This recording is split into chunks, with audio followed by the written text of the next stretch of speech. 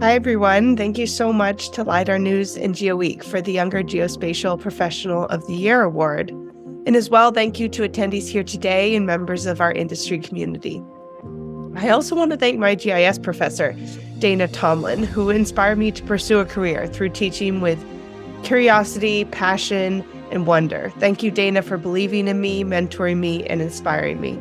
I'm honored to have the opportunity to speak with you all today about my career thus far. And as the younger geospatial professional, I also want to look at our collective future as an industry, which I see as a possibility to make a difference. Like many of you, I am here because I have a love of maps and visual data. Just viewing imagery, we are transported to a new environment and a new perspective. We analyze this data, we can start to shape narratives and tell stories about what is happening in our world and how and why there's been change over time. We can also make predictions about the future. The geospatial community has an incredible opportunity to make an impact through these tools. My work now at Drone Deploy focuses on enabling nonprofits and social impact partners to use the same cutting-edge technology that we apply to industrial problems, like those in construction, clean energy, and agriculture, to social problems, like those in wildlife conservation, disaster response, and community engagement. I want to give you an example from each of these impact areas that highlight how changemakers are using geospatial tools to make a difference. I'll do this by sharing a couple stories. First, we're going to Malawi. Yamani Nyoni is training a team of park rangers in Kasungu National Park to use drones for wildlife management. Through enforcement, infrastructure, and capacity building, the park has not had an elephant poaching incident since 2018.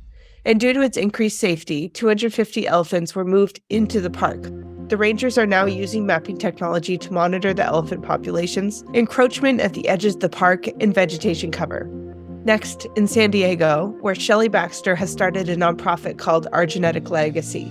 She is working with youth to teach about drones, LiDAR, and mapping technology through culturally specific applications. Our Genetic Legacy is modeling and creating 3D structures of historic sites for African American history. And in her own words, Shelley says, showing people of color as contributors instead of tools for American history. In Iceland, Ole Johnson, a volunteer at Iceland's Reykjavik Search and Rescue organization, has trained his team how to use GIS to better search for missing persons. Before Ole started using maps, drones were deemed too risky to pursue. Now the team says they are risky not to use them in search missions. Ole says humans are usually the weakest link in search missions, so using technology can greatly improve their effectiveness. They're also looking at new AI and ML tools to find missing persons in imagery. These examples show the variety of ways that geospatial technology can be used. Our industry and the tools we use for commercial purposes are also uniquely suited to support social issues. As we continue to lead industry change through new ways of visualizing, measuring, and understanding building structures, energy systems, crop yields, real estate, and insurance claims, what thrills me is the same technology can monitor elephant populations, unearth history, find missing persons, and bring communities together. LiDAR, drones, and mapping technology ultimately move power to local communities to advocate for their own needs and make a difference. And I'd also like to close by mentioning the importance of STEAM education and outreach to grow our industry. Unconscious bias is so deeply ingrained that even when I was at school studying at Yale as a graduate student, I assumed the men in my class for GIS were better than me. It was only by having a teacher who believed in me and other women to look up to that I continued to pursue this career path.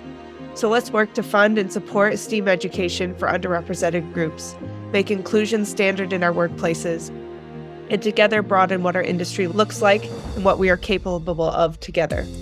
Thank you again for this award and for all the work each of you do to make a difference in our industry and to make our world a better place.